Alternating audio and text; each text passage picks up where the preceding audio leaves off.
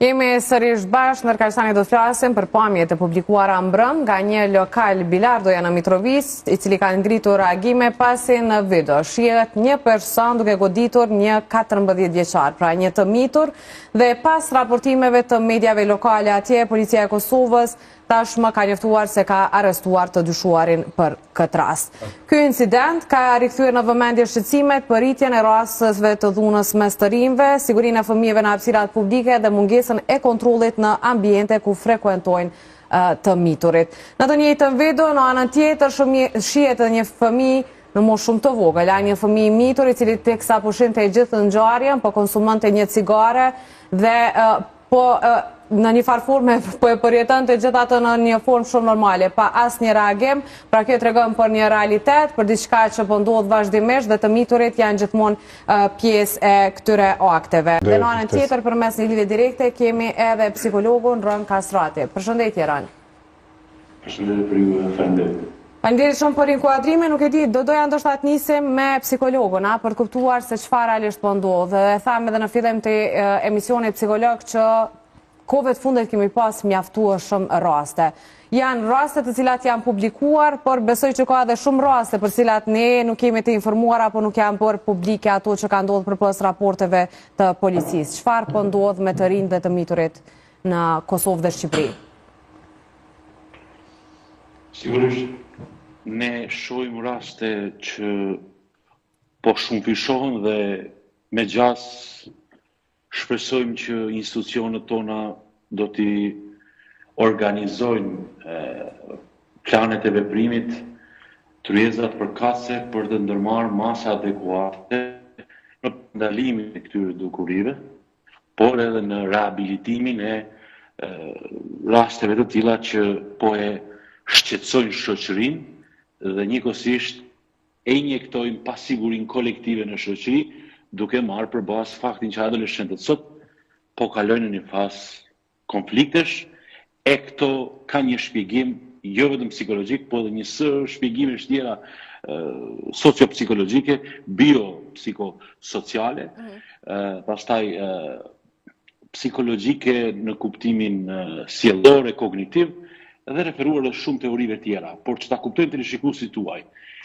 Ne sa herë që shohim një akt dhune, duhet të kujtojmë një gjë, se këtu nuk kemi të bëjmë vetëm një akt dhune, se dhuna ka ndodhur tashmë, por para kësaj, çfarë histori, çfarë përjetimesh dhe eksperiencash kanë kaluar adoleshentët, nga kush janë monitoruar, çfarë edukimi kanë marrë, a kanë qenë raste që i takojnë rrezikshmërive të mesme apo të larta, dhe në anën tjetër këtu kemi të bëjmë me dy viktima, jo një viktim, nëse shohim një konflikt në horizont.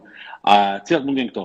Agresori që përjeton, në fakt shkakton dhunën dhe viktima që përjeton dhunën. Po ky lloj agresori që shkakton dhunën, çfarë modeli e ka formsuar për gjatë stadeve zhvillimore dhe edukimit që ka marrë?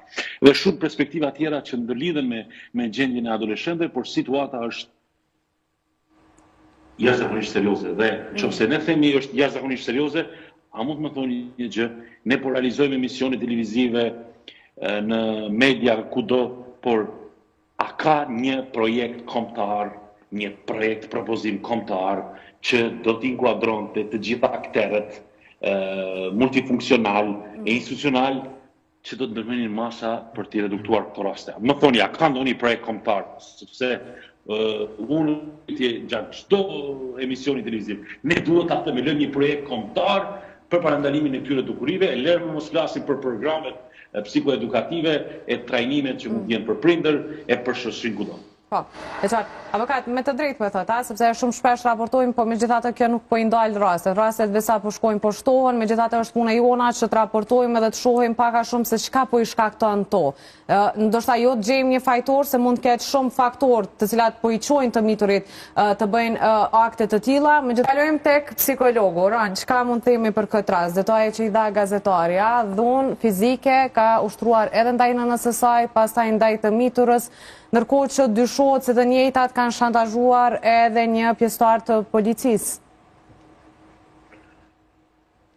Rastet më të ndjeshme, ato të cilat influencohen nga këto rrethana të cilat e ndërtojnë atë hallkun zinxhiror të problemeve që sa vjen shtohen, identifikohen edhe në rrjetet sociale tek ato videot virale të agresionuara ose videot e dhunës, ku i ekspozohen dhunës duke ulur ndjeshmërinë, duke dëmtuar empatinë ose në mungesë të empatisë, pa ndjeshmëri duke promovuar dhunë, ju po ta shikoni në ato raste kur agresori shpërblet me famë, me status, me pëlqime, atëra ajo sjellje përforcohet pra. Nuk reduktohet, nuk ulet.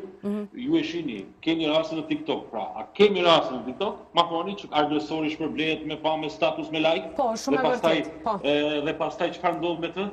Ai është dominanti, ai është udhëheqësi i grupit, ai është lideri, ai është që udhëheq çdo gjë. Ta ezaurojmë në pikpamjen historike dhe në aktualitetin sot. Në kohrat mbretërore, kemi dëgjuar rrëfime kur mbretërit maskoheshin dhe futeshin në shoqëri, në turma, për të identifikuar nga afër, si dëshmitar okular, rastet apo dukuritë negative të shoqërisë. Pra, mbretërit maskoheshin ato kohë që t'i kuptonin dukuritë negative në shoqëri. Jo se nuk ju besonin ndërmjetësve të tyre se çfarë po ndodhe, por më mirë nga afër, më mirë të aplikoheshin praktikat në terren për ta kuptuar të vërtetën substanciale. Edhe sot, unë mendoj që nuk mjaftojnë vetëm statistikat e raportimet institucionale. Puna aktive duhet të zhvillohet në terren, pranë shkollave, komuniteteve, lagjeve, kudo, sepse vetëm nga afër, me sytë tanë, me një vëzhgim super profesional, ne edhe mund të identifikojmë dukuritë negative, këto që dëmtojnë çdo ditë më shumë shoqërinë, por në anë tjetër dhe mund të artojmë projekt plane për t'i reduktuar to, apo për t'i sfiduar në mënyrë profesionale. Ky është problemi pra. Prandaj unë gjithmonë kam ngul që vetëm me projekt propozime konkrete ne mund t'i rizgjojmë fuqinë dhe kapacitetet tona institucionale për t'i reduktuar këtë rast. E qartë. Miro, në të falenderoj shumë për këtë inkuadrim. Gjithmonë inkuadrimi i psikologët është shumë i nevojshëm, që ndoshta t'jepën pak këshilla se si duhet veprohet qoftë nga familja, qoftë nga institucionet dhe sa projekte duhet bëhen që të parandalohen këto raste të tilla. Faleminderit shumë edhe një herë.